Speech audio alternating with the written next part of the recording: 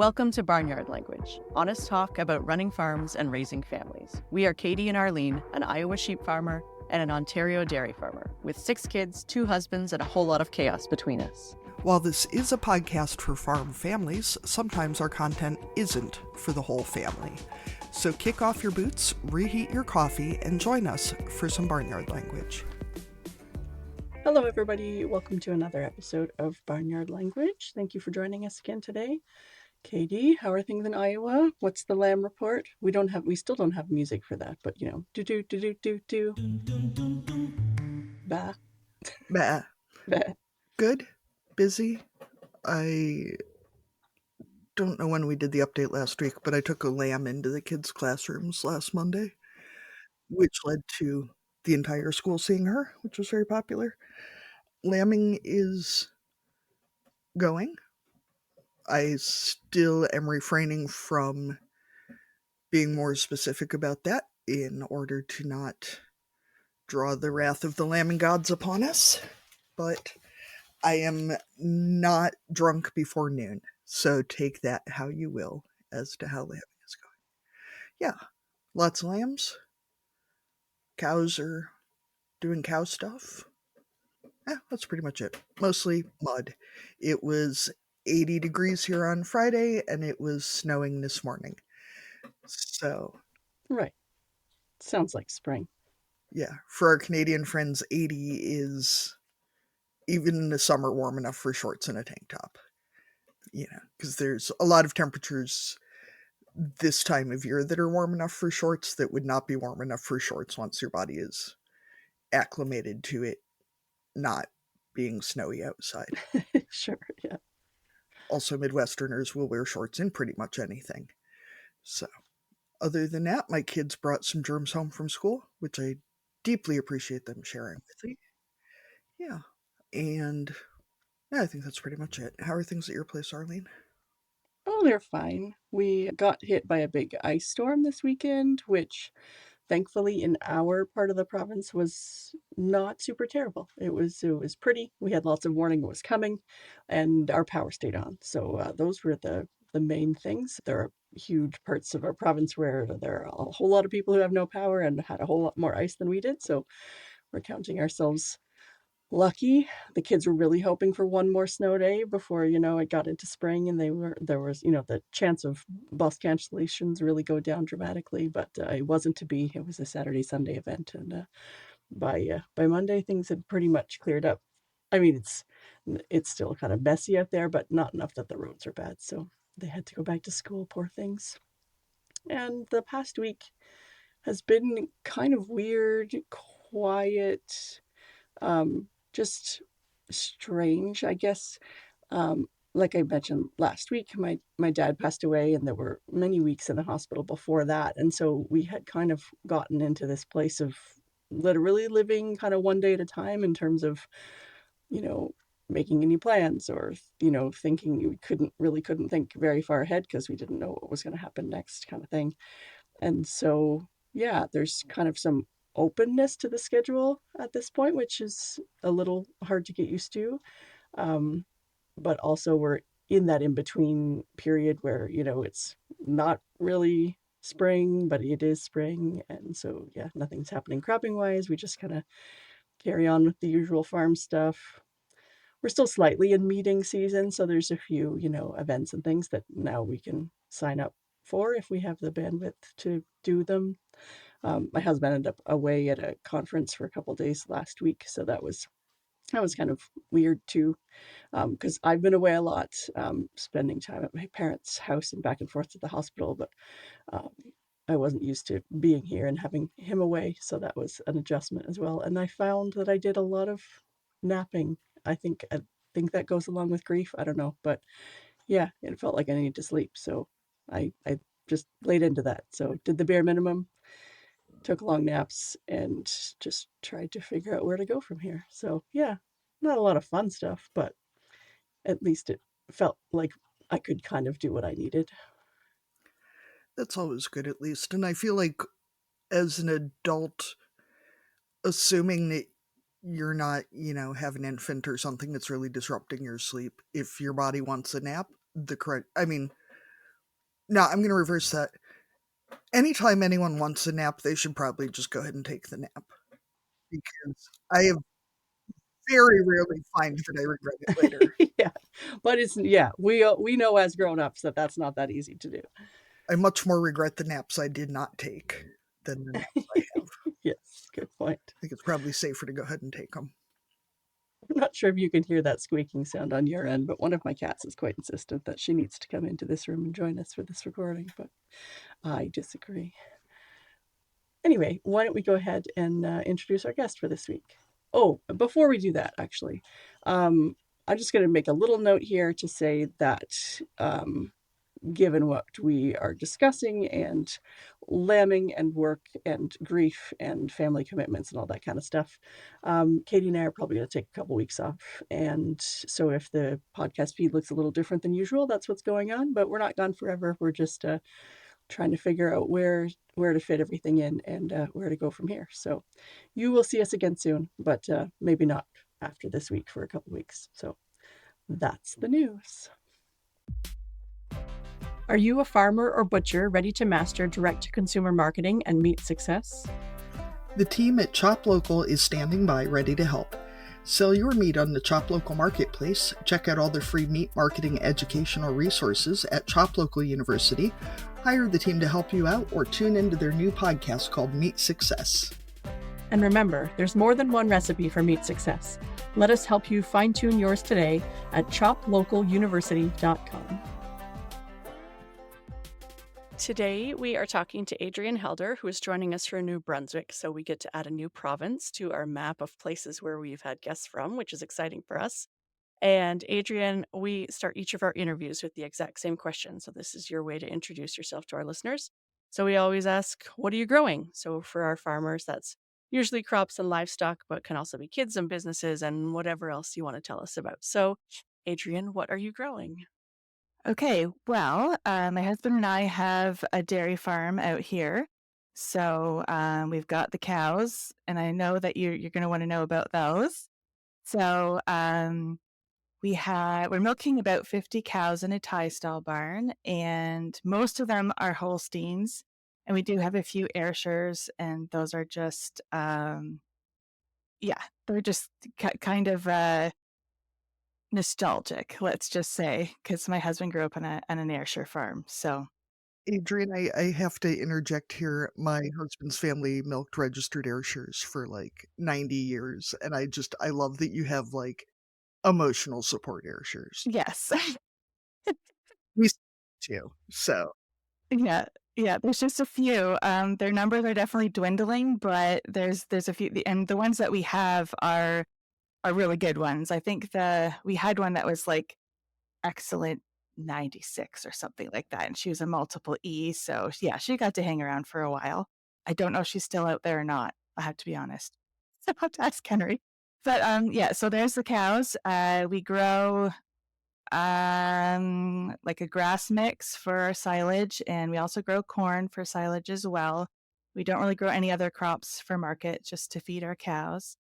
What else am I growing? We've got 2 kids, 2 boys, 16 and 12, and they are definitely growing a lot, or have grown. The 16-year-old is now taller and larger than my husband, so that's an interesting dynamic.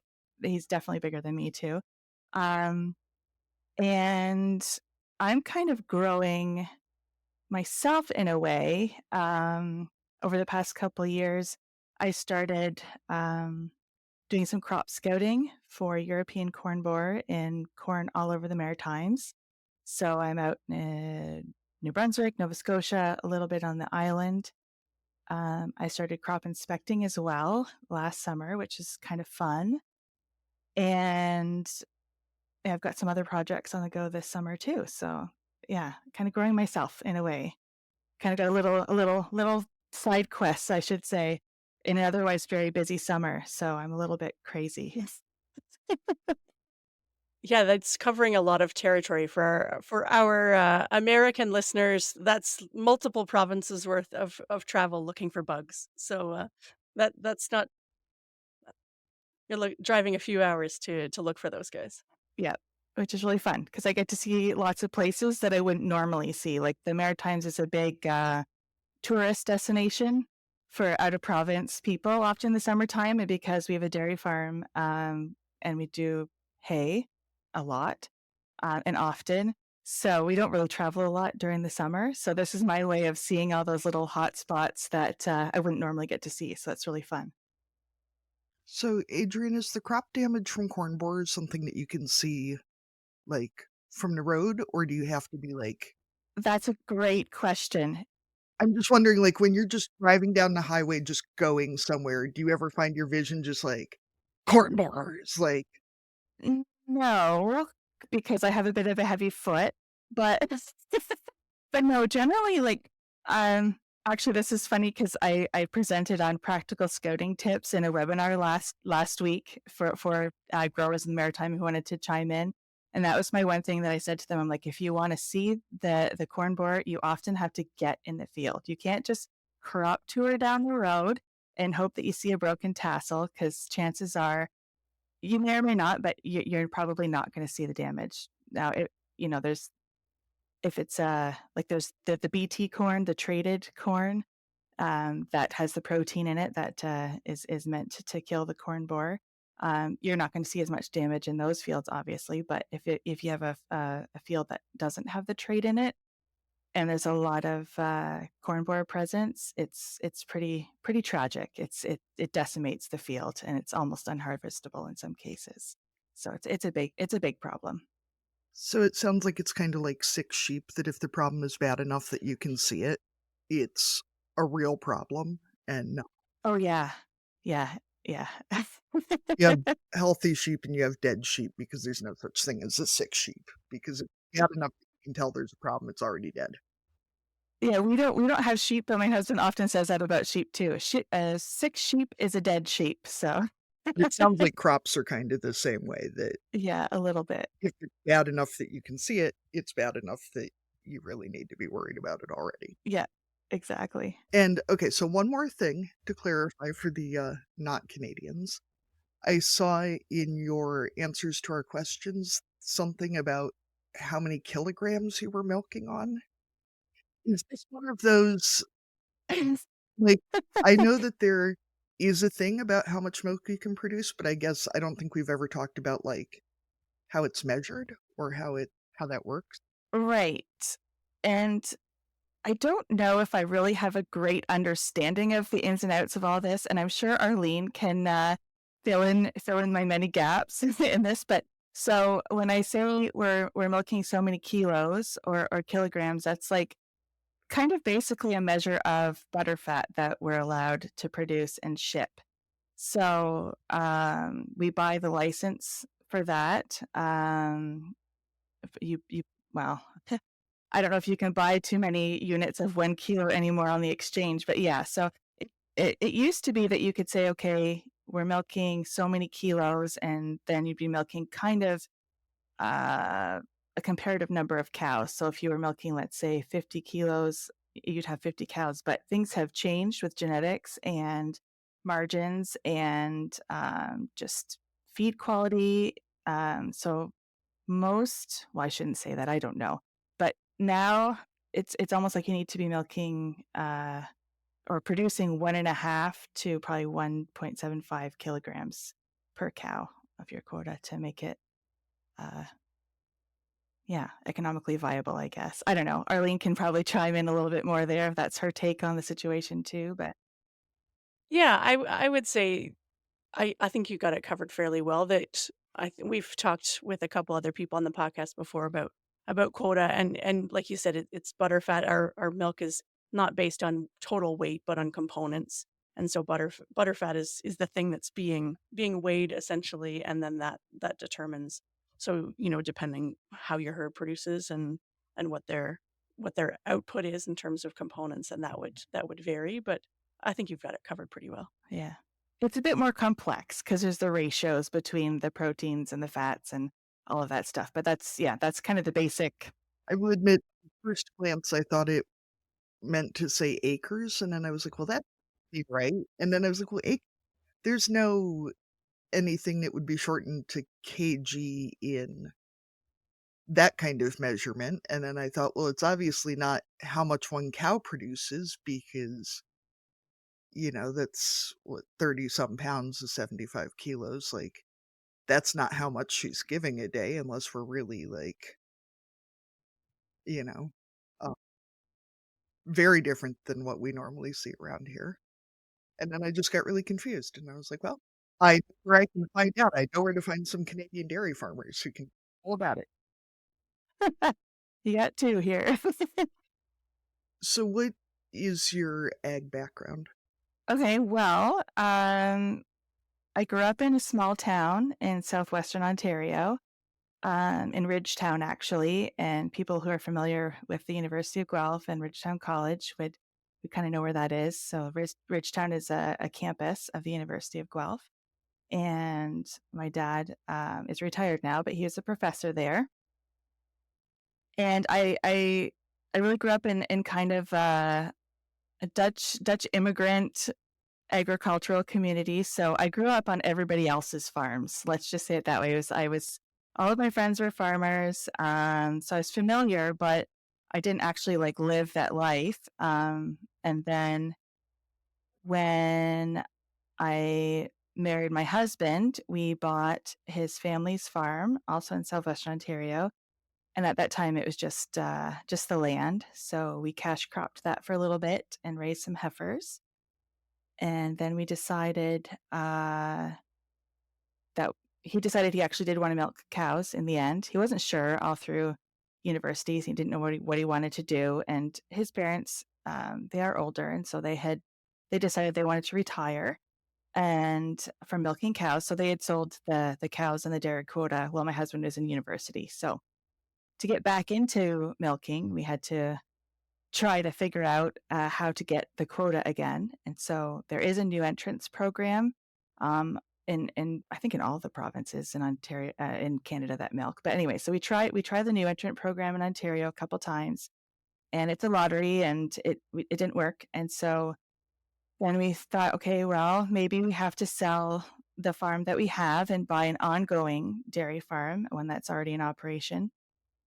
So we looked in Ontario, and the land prices were just really high, and we didn't. It was just I don't know. We did get the banker to say okay to one farm, but it would have been really tight, and Henry just got cold feet, and we pulled out at the last minute.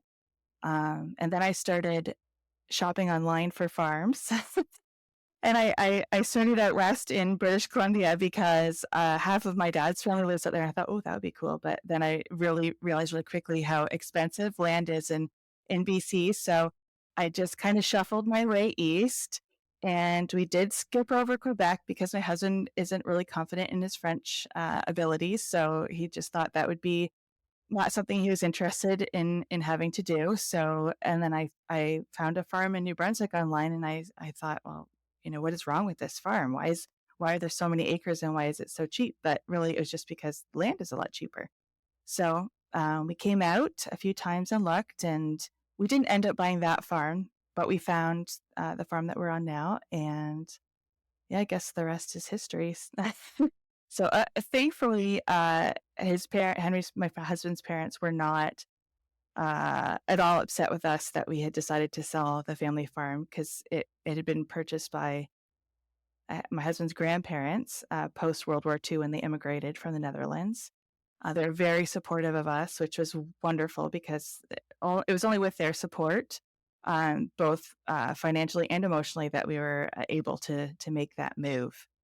Because the mortgage that they held on our farm in Ontario, they're graciously they decided to keep that arrangement with us when we moved here. So yeah, I really a big debt of gratitude owed to them for that. And that's, I think, a great example of how um, farming can work through succession. I know it's not the standard way of doing it, but yeah, it is a sacrifice that parents make. And if my kids want to farm someday, I hope that I'm able to help them in a similar fashion. So, I think it's so great anytime you see, I mean, obviously keeping the family farm in the family is amazing, but being able to prioritize family relations and family harmony over property, um, I think is so important because you can find new property. Y- You can't you can't replace good relationships with your family. And I feel like I don't know that we on this show have ever heard about a family disintegrating and then actually getting their shit together and repairing that relationship. So I'm going to assume that it's not super common that if a relationship like that falls, you. I can't think of any examples personally either. Yeah, I'm going to say it's not really a thing if none of us have. I've heard of a lot of families that have been torn apart over property, but none that have gotten over it later. And it seems like one of those things that really tends to fester once people having grudges about things. And I think it helped too that my husband's parents were immigrants, so they didn't. I mean, that land was very special to them and near and dear to their hearts, and it was something that they'd worked really hard on acquiring and then maintaining and building up. But just knowing that you can start again somewhere else, and that's not the end of the world. I think that did help. And actually, my grandfather, who was also a Dutch immigrant, uh, when we were thinking about moving, he came down to our old place in Ontario, and he had lunch with us, and he said, I just want to say that you don't need to stick around here for me. He's like, I'm going to be gone. He's like, but you need to do what you need to do. And he's like, we came to Canada, we didn't even know the language, and now it's different. You can go to a different province. You don't have to learn a new language necessarily. Um, but he's like, you can do it. So it was really nice to have that kind of push of support from him too, just that encouragement. And he did pass several years ago, but he would often call and he would ask, how are the cows doing? How are the calves doing? And he would always ask how Henry was doing. He was always very concerned that Henry was taking breaks and having rest when he could. And he also had a subscription to the Ontario Farmer uh, magazine or newspaper. I'm not sure to call it newspaper, I guess. And he kept up with that regularly, and so he could have some topics of conversation with those around him that were farmers. So that was really special. When you moved, did you guys already have children? What ages were they, if you did? Yeah. So my oldest, he was born in Ontario, and he was, I think, 4.5 when we moved. So he doesn't remember Ontario very much. And then my youngest actually was a big surprise because we've been told that we probably wouldn't be able to have any more children on our own without significant interventions. And we had been, let's see, we'd been on our new farm in New Brunswick for just a couple of months. And all of a sudden I was like, oh my goodness, I am pregnant. And so I actually had a part-time off-farm job that I took with me. So I worked remotely before that was a thing. And so when I told my boss, he's like, oh my goodness, you guys really like to do everything all at once. I'm like, trust me, this was not the plan. We're very excited about it, but it definitely was not the plan. So man, that was quite the rodeo. Moving a farm, having a baby, trying to work, trying to figure out how this farm stuff works. It was not so, but yeah, it was pretty cool too. That does sound like a lot of things at the same time. Yes. As someone who was in a relatively similar situation, it's a real vibe to try and explain to people that a baby is very much wanted, but was not at all expected. And 'cause people are like, "Well, did you plan that?" And I'm like, "No, but we wanted it, but we didn't."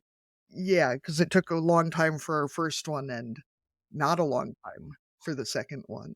And we, you know, quit trying, started adoption classes, bought a shitload of cows, and doubled our sheep flock because we weren't having babies. And why would we plan our lives around dealing with babies? And then we had 2 babies in 16 months. And it is it like, Of course. Of course. yes, we really wanted them. No, we didn't expect it to happen. No, yeah, it was crazy. And so I mean, I had never actually really farmed before moving to New Brunswick. I mean, we had the cash crops, but we had custom operators that did that. And I did do some hay. We did some small squares and bales in Ontario, but yeah, so trying to figure all that out. And I suddenly also became the bookkeeper, which was interesting and not at all my jam. I have an English degree. That is one of the only degrees that does not have a math component. I can do it, but it's not my favorite thing. So that, having babies, trying to figure out like what to do with the kids while we're working, because not having grown up in that situation, it's like, okay, like is this okay what I'm doing? And like, you know, people very worried about when you put your kids in daycare and why are they not at home with you, and you know, that sort of pressure. And I also worked my off-farm job for about a year after my youngest was born too. So that was just like every other day I'm like doing this, doing that, doing something else. And then, the first year was full of catastrophes on the farm. So it's like, my husband would be calling me or text me all of a sudden being like, so all of the barn cleaner paddles just went down into the chute.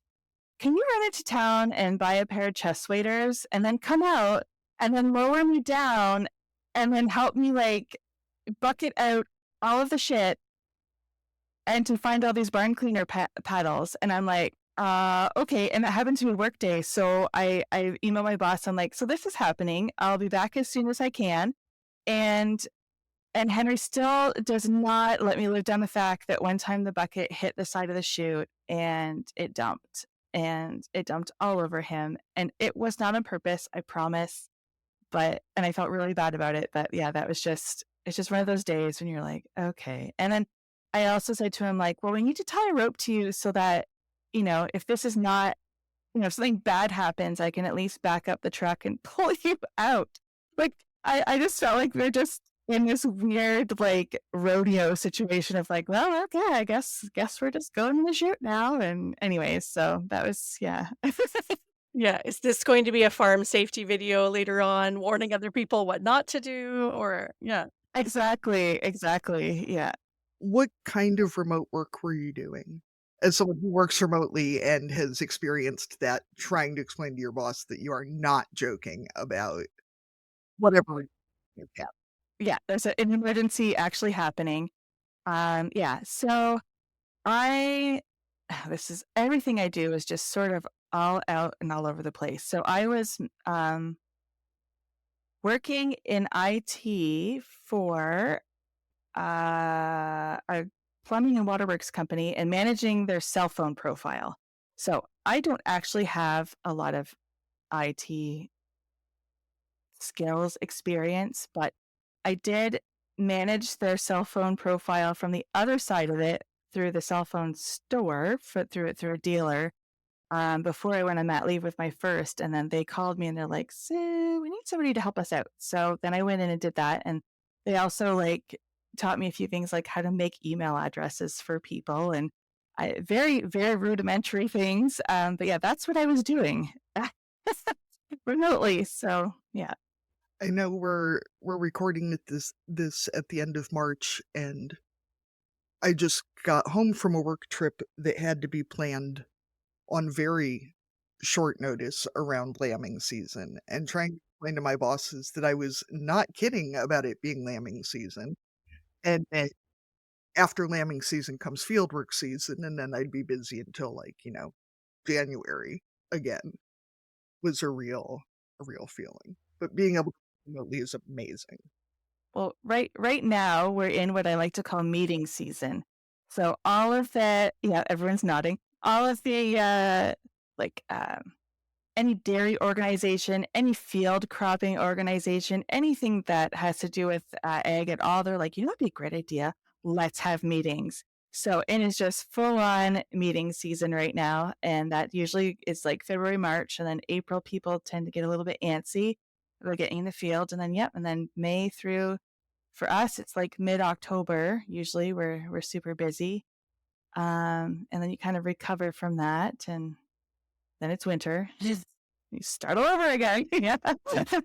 And it's snow plowing and generator season. Yeah, exactly. So when it comes to farming in a different place than where you were before, I know you weren't dairying, but like crop wise, I'm assuming that there are some things that are different, and even like the agricultural community, are there some differences between New Brunswick and Ontario that kind of surprised you, or that that you weren't really sure how it was going to be?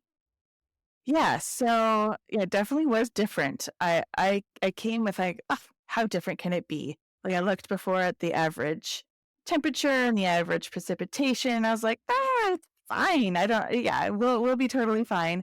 But it is different here. We don't quite have the heat units that we did in southwestern Ontario. We don't have those nice, big, flat, open, square fields. We have little fields here and there, and the soil type can be a little variable throughout the little tiny field that you have that's a weird shape. People are way more laid back out east here than they are in Ontario. So that was hard to get used to, but we have also learned to enjoy it a little bit. It's a bit more of a rat race in egg in Southwest Ontario compared to here in New Brunswick.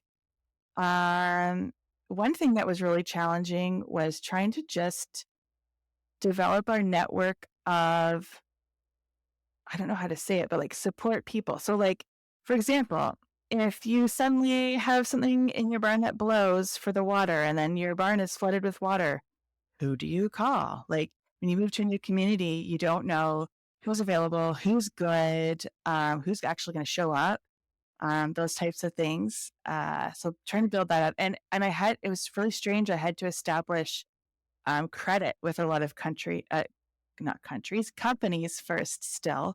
So yeah, like back in Ontario, it's like, oh yeah, you're the Helders. We know you. Yeah, it's fine. We'll do the job for you. We know that you're going to pay. It's no big deal. But out here, I had to like develop those relationships again. Yeah, you can't quite grow the same things. Like there's not a lot of people that grow like field corn, for example. The season's just too short. So there's corn silage. There's often high moisture corn. A lot of the corn that's grown is for feeding cows, I believe. Yeah, like where I grew up in Southwest Ontario, it was the corn, beans, wheat rotation. That doesn't really happen a lot out here. Like even alfalfa can be difficult to grow. Because winter kill can be a big thing, because we do get ice often. We get snow, we get a lot of ice. Yeah, and just the wild winters. So, but again, I've been here for 13 years now, and I've yet to experience what somebody would call a normal winter.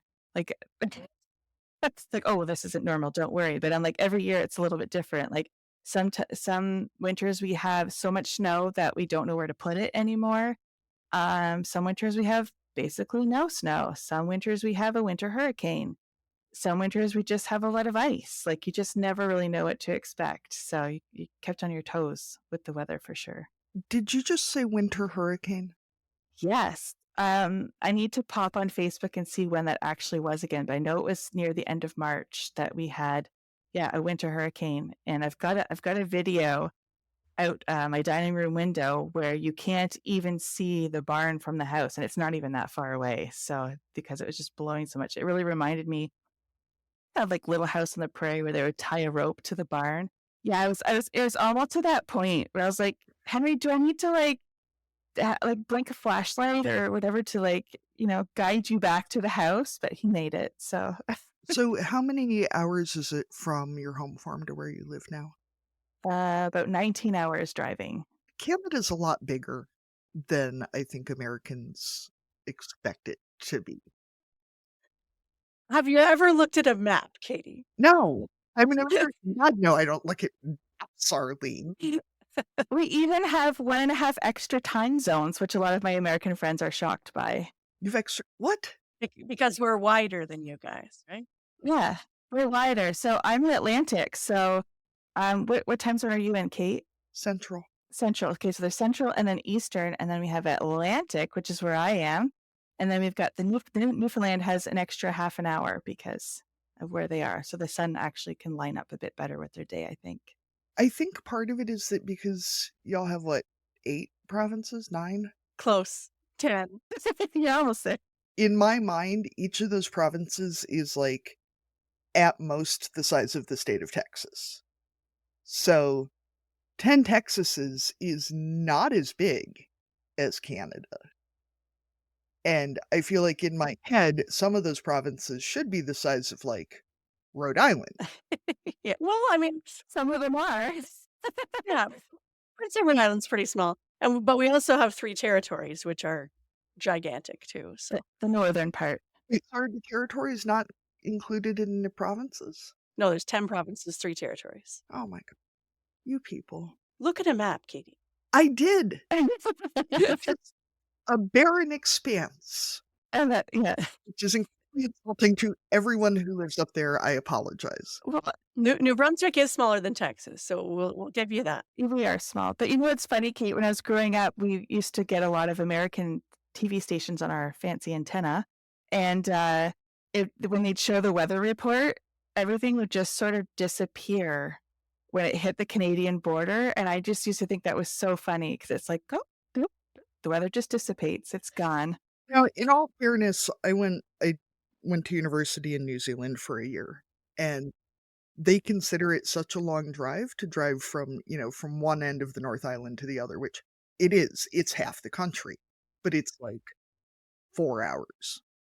I it's hard to deal with things being such different sizes. Well, that's the funniest thing here too. So when I was in Ontario, I would have to drive at least 20 minutes just to get to somewhere where I could buy milk or something, right? And that was no big deal. I drove half an hour to work every day on the highway. It was not a big deal. But when we moved out here, so there's the city of Moncton, and there's also 2 cities that are basically attached to it. So it's called the Greater Moncton area, but there's Moncton, there's Dieppe, and then the Petitcodiac River goes through, and on the other side is Riverview. And some people are in Moncton, oh, I have to drive to Riverview today. I'm like, guys, it's just a little bridge. I just thought that was so funny. And we're like, oh, do you know this so-and-so, this person? I'm like, oh, no, I'm not from around here. They're like, oh, me neither. I'm like, oh, where are you from? They're like, I'm from Riverview. I'm like, that's 20-minute drive away. Everything's very tiny here. I will say I have a lot of coworkers in Los Angeles and the Bay Area, and they'll talk about driving 2 hours to go somewhere, and it's 5 miles away. And I'm like, at least when I say I'm driving 2 hours, I mean 100 miles. I don't mean I can see it from here. But yeah, I get that a lot too. When I moved up here, I'm from 3 hours south of where I live. And a lot of my husband's aunts and that said, well, you're not from here. And I'm like, I'm from halfway across the state. I didn't need a passport. It's not like I'm from a foreign country or something. Although I feel like sometimes. Yeah, so it's so different, right? Yeah, I mean, there's a lot of where I'm from, things were platted on a grid, and every field is a mile square, and it might be broken up from there, but everything is square. If you turn left 4 times, you're back where you started. Here, you turn left 4 times, you're in Canada. Yeah. Most of the fields here, you couldn't turn the equipment I'm used to seeing around in the field, let alone actually work it. Yeah, not here either. You need smaller equipment. Try really hard not to sound snobby about it, because I don't mean to sound snobby. It's just really different. It's just the way it is. Yeah. The soil's real different. The tractors are different. Everyone has an origin story, but some stories hit you in the heart, and the story behind one of our past guests is totally one of those. It all started with a young kid named Kawani. Yeah, Sean, the chicken guy short of Blooming Health Farms, didn't know he'd be a chicken farmer or that he'd be teaching you how to turn your flock into a business. It began with Kawani, a kid stuck in the court system who needed a second chance. He joined Sean at Blooming Health Farms to turn his life around. One day, Sean showed Kawani how to sell fresh eggs at a local market. As Kawani started selling those eggs, Sean saw the real power in what he was doing. It wasn't just about the eggs. He was building skills and getting respect from the community. That one small act of selling eggs transformed his life. And that's how Blooming Health Farms was born. Sean saw that selling eggs could be more than food. It could be a way to help others learn business skills and build their own futures. And now, through their online community called Pimp Your Flock, Blooming Health Farms is taking this mission even further. Pimp Your Flock is a community for people who want to turn their passion for chickens into profits. You'll learn how to turn your flock into a real income source. And when you join, you're supporting Blooming Health Farms so they can help more kids like Kawani build a better future. So if you're looking for a way to turn your flock into a business and be part of something bigger, join Pimp Your Flock at pimpyourflock.com. Not only will you learn the skills to make your egg business grow, but you'll also be part of a community that's changing lives. Head over to pimpyourflock.com today and let's make an impact together, one egg at a time. So you talked about developing kind of agricultural and business connections. How did you guys start to work on the personal connections, like meeting other families and making those, like without a kind of a support network, it makes it trickier, especially when you have young kids to do anything really. Yeah, the first few years, I honestly don't know how we did that. Anyways, I got through it. But thankfully, in New Brunswick, everybody's really curious about people that come. So we had people, Because you're really not from there. yeah, and they're like, oh, why did they come here? And like, let's go see what these idiots are up to, right? Like, so we had people stopping in our driveway constantly. And there's a lot of dairy farmers just coming in to say hi, and some of the people from the dairy board that were local to us came in and offered their support if we had any questions, which was amazing. And often somebody would show up in the driveway right when all of our water lines burst, and then I'm like, "Oh, nice to meet you.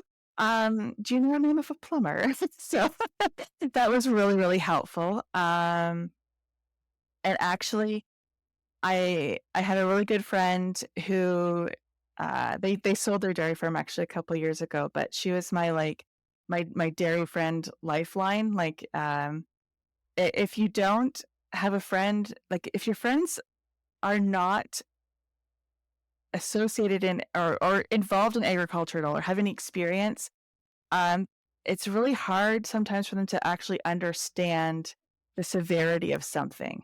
Like when I would text this friend and I would say, "Oh, the baler broke," like she would understand how bad that was because the weather was coming and things like that. And so she is still a lifeline for me. And actually, I met her at soccer. I enrolled my oldest in soccer the first summer that we were in New Brunswick, and I know I'm pretty chatty right now, but I'm actually an introvert. So I thought, okay, today I'm going to talk to somebody, and I just struck up the conversation with her, and I was like, "Oh yeah, we just bought a dairy farm," and she's like, "You did? Where?" And so I told her, she's like, "We bought they came home to farm from where were they? In Ottawa, I think. Anyway, so they came home to farm. She's like, "We bought our farm 5 years ago," and then we were fast friends ever since. So that was lovely. And we also met a bunch of people through the church that we attend, and there's 4 families of imports, I like to call us, people that we're not from the area. We don't have any local family. So we call our kids, we call them the church cousins, because we do a Christmas thing together. We do Easter, we do Thanksgiving. We try to hit those holidays together so that at least, we have something. And so those are those gals are like my ride or die gals. Like, I know that I could call them in the middle of the night and no questions asked. And yeah, I know they feel the same about us too. So yeah. That's amazing. Now, is your farm the Helder farm yet, or do people still call it by the previous owner's names?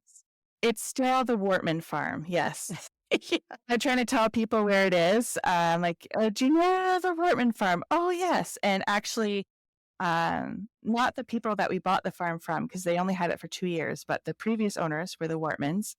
and they live they have a little lot just outside our farm, and they were actually very helpful the first summer.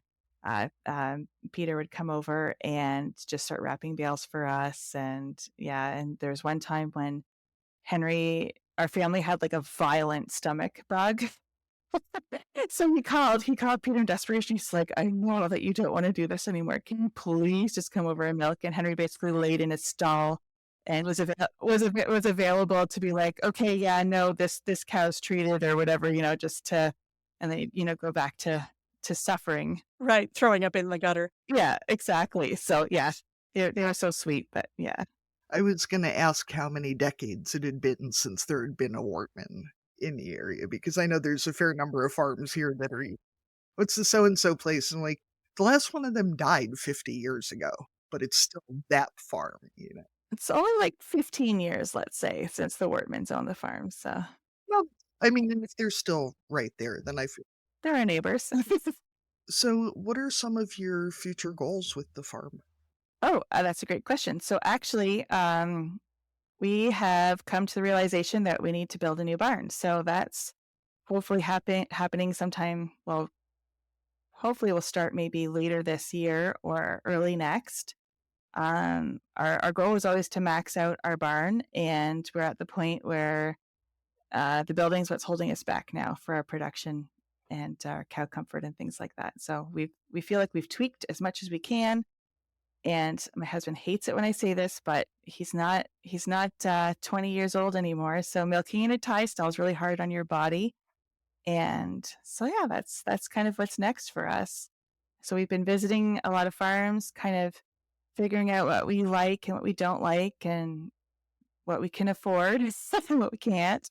So yeah, that's kind of a fun project that we'll be working on for the next year, probably. That is exciting and scary too. Yeah, it is. It's a whole lot of debt that we'll be looking at, but it's necessary to keep going. Yeah, we built a new barn the year after we got married. And, naively, I, signed on the dotted line and was like, okay, whatever you want, because my husband and my father-in-law had been planning it for years. And yeah, we're still paying for it. So, you Yeah, it's just part of doing. you just have to get real comfortable with debt. That's right. Yeah. Yeah. Don't look at that number too often, as long as you can pay it every month, right?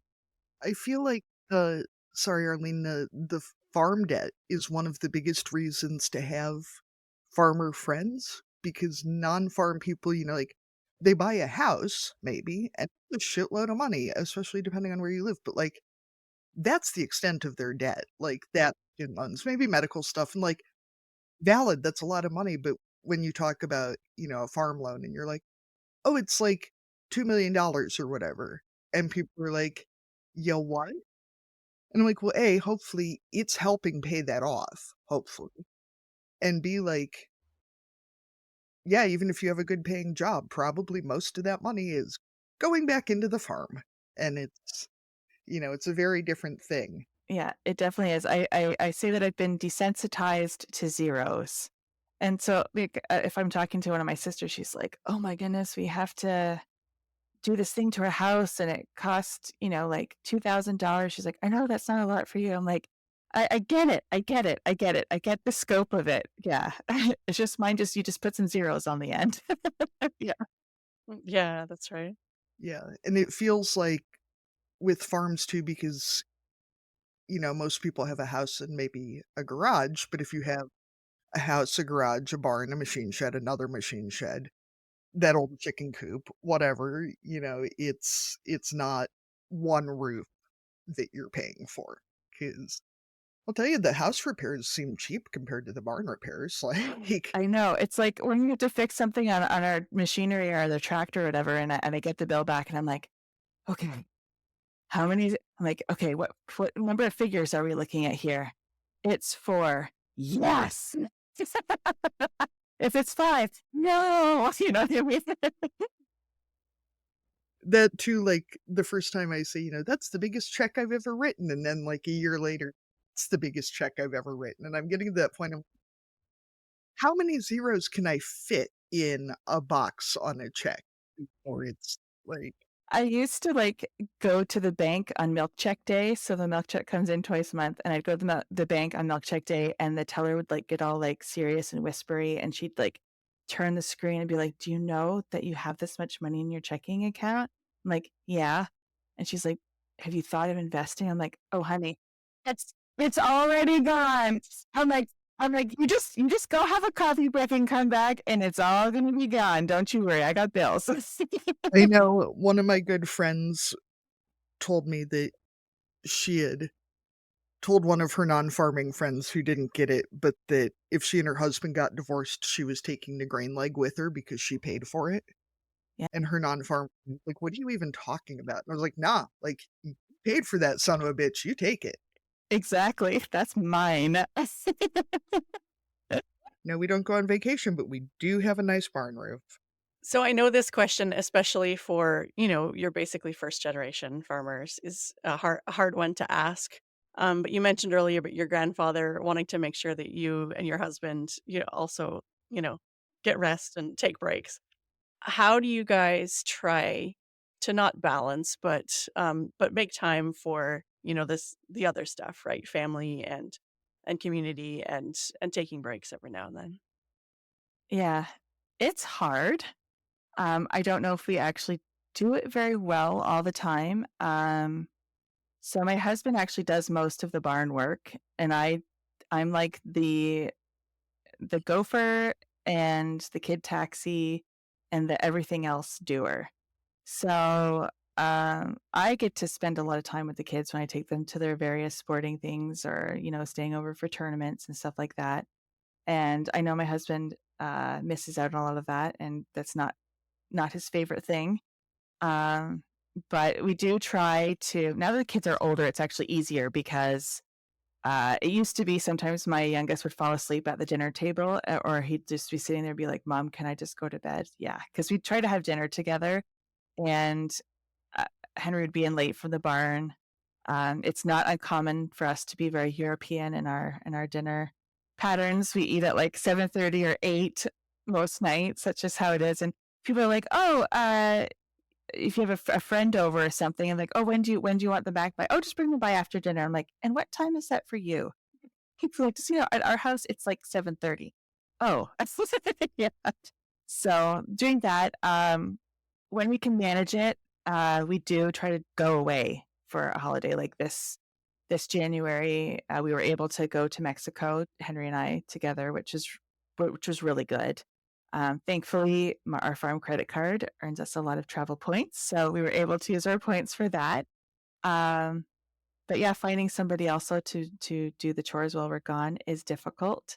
There aren't a lot of people in the area that are available to do that for those longer trips. But yeah, and now, yeah, like I said, the kids are older, so we can play a few games of euchre or cards or something after supper to spend some time together that way. Yeah, it is hard for sure. That's what we Hmm. try to do. Yeah. Um, so reflecting back on when you had little ones, we were often asking our guests to think about, when their family first started or when they first became a parent, because it seems like such a huge transition point.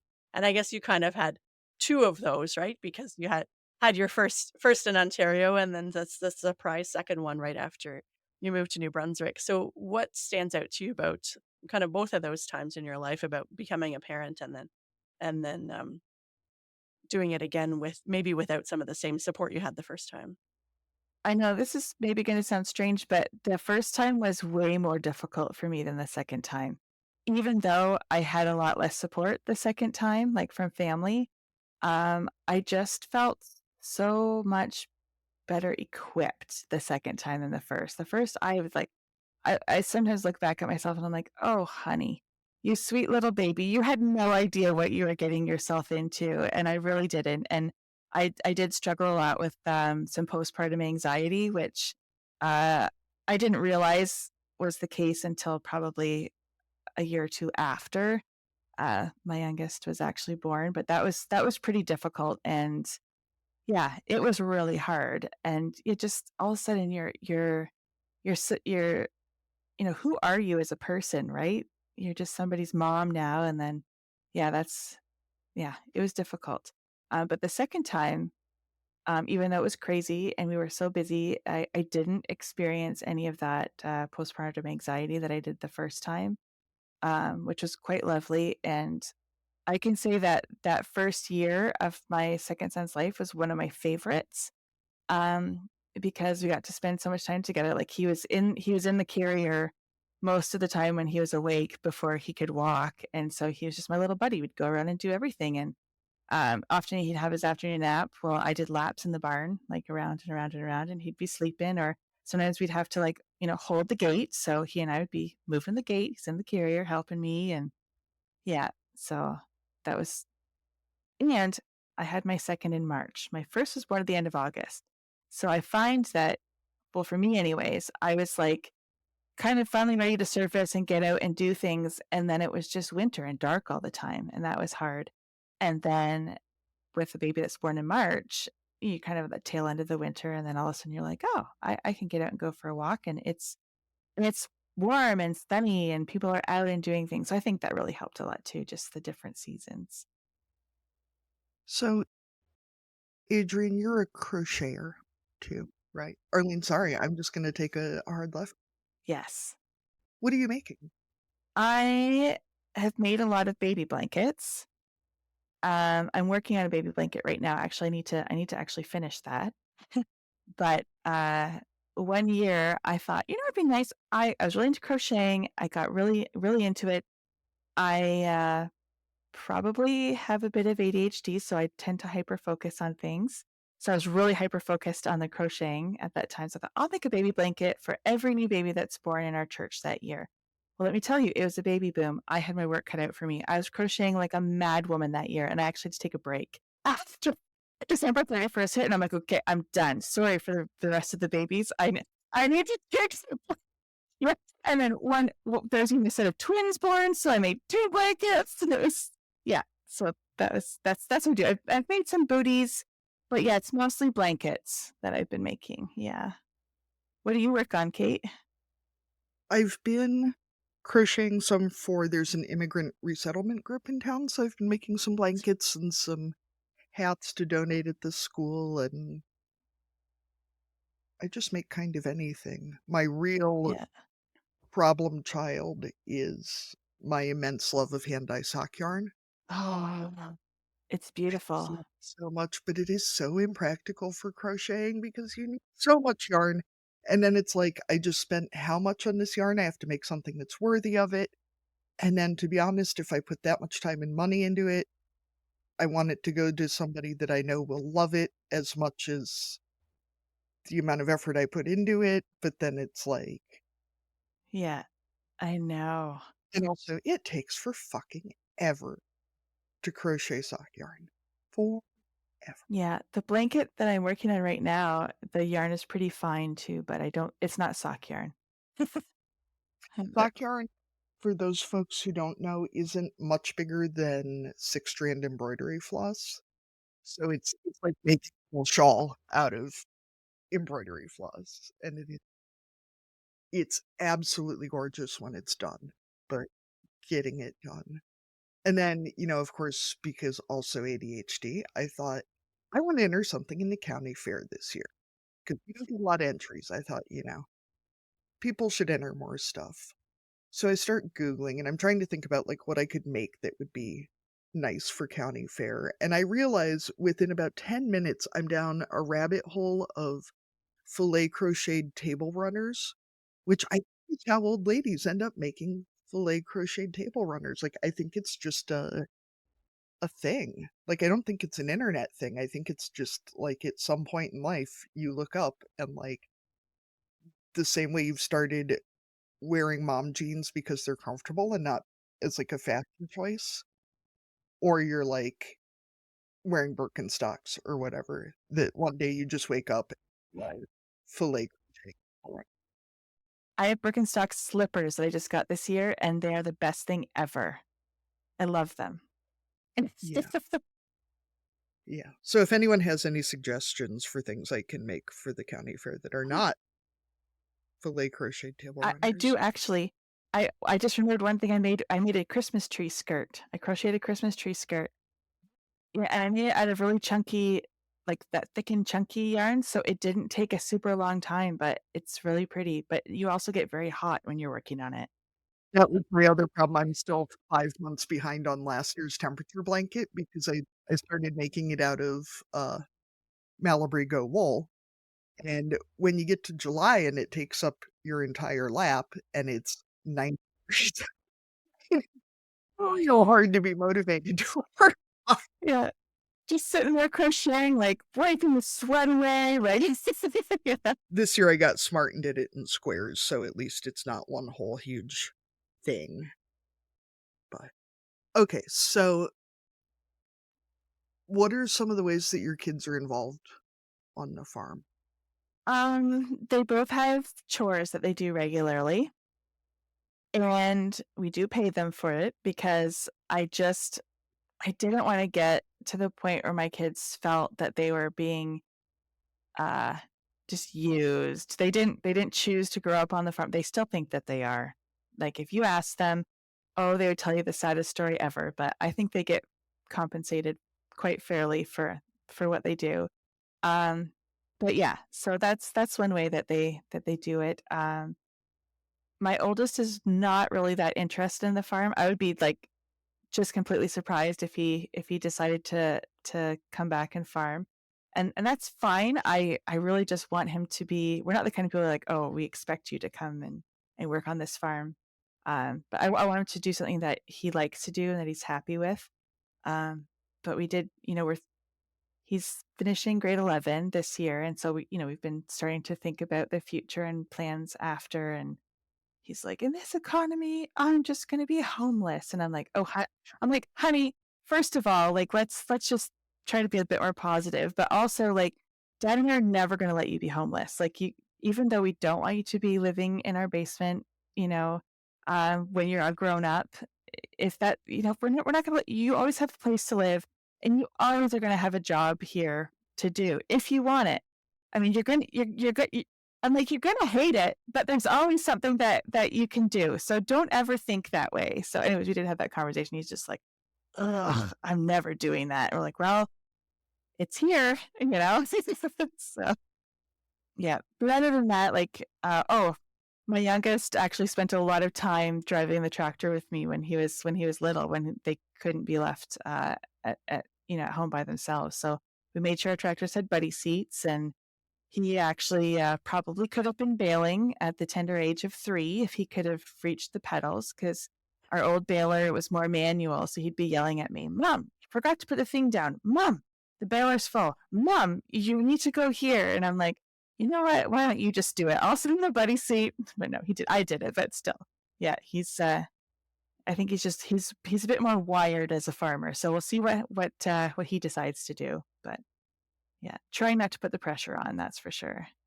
Yeah, it's a tricky balancing act, right? Of wanting them to be interested in what the family is doing, but not too much pressure at the same time. What has been your favorite thing about raising kids on the farm? Just the opportunities that they have. Like, for example, during COVID, you'd hear stories of these like people that lived in an apartment building in a city, and their only place to go outside was like on the balcony. And my kids are like, this is terrible. We can't do anything or go anywhere. I'm like, dude, there's 250 acres. Like, fill your boots, get out there, go do something. And, just being able to be outside and all these things that like little town girl me like just dreamed of, right? Like living on a farm just sounded like the best thing ever. And yeah, I hope that they appreciate it when they're older, and maybe they will. But yeah, to them it just seems like a lot of work. So, what is your biggest parenting struggle right now? Is your older one old enough to learn to drive? Or He has his beginners, and that's one thing I've been I've been really pushy with that, because I'm like, buddy, you need to drive yourself to things, because I am the only driver. And sometimes I have 2 kids going in opposite directions at the same time. And thankfully, for my youngest, he's often on sports teams with some of his really good friends. And so their parents have been so kind and helpful dropping up off and picking him up when they can. But yeah, so he's learning to drive. I think he can go next month. Oh no, at the beginning of May, he can go and get the next stage of his license where he can drive by himself. But yeah, we're doing lots of practicing with that. And he's doing a pretty good job. Do you have any parenting advice that you have either learned through experience or got from anyone else that you would want to share with other parents? Yeah, I don't really know if I'm equipped to give parenting advice. Do as I say, not as I do. Well, yeah, my kids are both still alive, so that's good. I guess it's check for me on that. But parenting advice. I think this is something that we had to learn a lot with our first, but parenting for the kid that you have, not the kid that you were as a kid, for example, or that you think how the kid should be. So trying to really get to know your kid and picking your battles. Picking your battles is a big thing. Like if this is your hill to die on, okay, fine. But like, maybe we can let this go and focus on relationship over, just completing a task or doing a thing that we want them to do. So yeah, I guess relationship over compliance, maybe focusing on that. That's, I think, the most important thing. Yeah, me neither, but it makes a lot of sense. Yeah. Yeah. Think about, will this matter, a week from now, 2 weeks from now, right? Then decide, if it is the hill to die on, or if it's something that maybe you can let up on a little. What's the end game? What's your goal here? Like what you actually want to accomplish? Yeah. Yeah. So, Adrienne, we ask all of our guests, if you were going to dominate a category at the county fair, what would it be? Categories can be real or made up. Oh, I've been thinking about this since I started listening to your podcast. And I had kind of two things, but I narrowed it down to one. So I like to say that I have excellent visual spatial skills, and my family gets tired of hearing this, but like if you need the dishwasher loaded and there's like there's like 8 extra things, they're getting in the dishwasher and it's all going to be clean. Like I'm good at that. And if we every once in a while we have gone on a family camping trip, and we, especially with when the kids were little, I don't know why, it's like the amount of stuff you need to pack for them is really big when they're really little, and then it kind of just changes over time. But I was once in tears, and I'm like, I am never going to get all this stuff in the van, but I did, and I was so proud of myself after. Although I have to say, I was defeated by a couch recently. I was sure that I could get this couch down the stairs into our basement, and I did have to admit defeat and apologize to my husband for insisting that we try yet again. But yeah, on the whole, I would dominate that category. Now, are you someone who can look at leftovers and in first try pick the container that they're going to fit in? Because that's where I usually falter. I always think that I either go way too big or way too small, and then it's like, do I put it in 2 containers? I've already messed up one. Yeah. I'm good at the dishwasher part, but not leftover containers. Somehow that always evades me. Yeah, actually, my husband does that job after supper. He really takes a lot of joy in choosing the right container. Be like, aha, I knew it would fit. Yeah, so I let him have that. I let him have that one. While you're loading the dishwasher. That's perfect. Yeah, exactly. Yeah. Adrienne, I feel like this is the first time I've felt personally challenged by someone's answer to this. Now, you want a dishwasher loading competition? Any of it. Because I'm the same way. My husband will be like, oh, the car is full. And I'll be like, oh, no. Challenge accepted, sir. Mama's done with it. You have half the space empty again. There. Exactly. And like, don't forget the stow and go seats. Like there's space under those. Like yeah. Those kids don't need leg room. They're fine. I got, pulled aside by the TSA last week when I was flying because I had a fidget thing in my bag that showed up funny.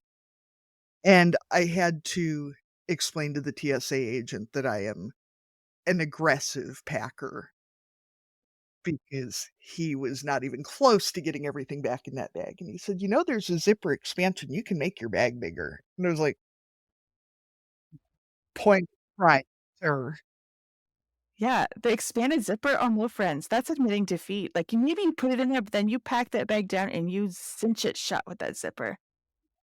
I'm like, yeah, their fault if they open it. Like, granted, I will make sure to pack fidget things in my carry-on next time, like just in my personal bag so that they're easier to pull out. But, sir, don't open my bag. Things are going to explode. There needs to be some sort of TSA pre-check just for people who are aggressive packers. Like, I will show you photo evidence of everything that's in my bag if you promise not to open it. Like, A, because it's got underwear in it, and B, there won't be any getting everything back in. I'll be holding up the line on this one. You have to get there extra early just in time to put everything back in your bag. All right. So this is turning into a cussing and discussing. So we're going to go ahead and go there. So if you're a listener and want to submit yours, you can use our SpeakPipe or our email, and we will either play it or read it out for you. Katie, what are you cussing and or discussing this week? So, our kids are getting old enough that it's become real apparent that one of our kids is a born livestock person. And for this kid's class yesterday, I took a bummer lamb into school, which I am now the most popular person in the entire school system because this lamb was in the principal's office. Kids were coming out of class, like teachers were bringing their kids out of class to come see it just out in the hallway, like the whole thing. But then I realized one little girl saw this lamb, and she's a town kid, in a family that is not likely to start farming. And I could see her face was just born livestock farmer. Like, some people just get that look when they see livestock. And I'm really wondering, because she's in second grade, so it seems a little creepy to be like, can I mentor your second grader? I'm wondering what the etiquette is for encouraging non-farm kids who are obviously meant to be farm kids, and especially, her family is immigrants, and I don't know what the cultural translation would be like if I tried to explain that, and her daughter is not in my kid's class, which makes it a little more awkward to be like, "Can I just borrow your 8-year-old and let her play with sheep?" Because this kid was like, a lot of kids are like, "Oh, it's so cute," but this girl was like trying to find a way to take it home, like inspecting its hooves, looking at its teeth, like in there. And I was just like, I want this kid. Like, I'm taking this kid home with me. Seems a little creepy to be like, your kid really likes sheep. Would you like to come over? Like, That's where 4-H comes in, Katie. yeah, but how'd you someone else's child join 4-H? What's the etiquette here? I'll just keep wandering around the outside of the school with sheep, I guess. Lure them in, like the Pied Piper. Like creepering, like got my long chore coat on and like holds it open with like 3 lambs and some elastic and my coat. Not weird at all. Okay, Adrienne, what do you have to cuss and discuss? Oh, I know. I think one of you mentioned this a couple weeks ago on an earlier episode, but like mud.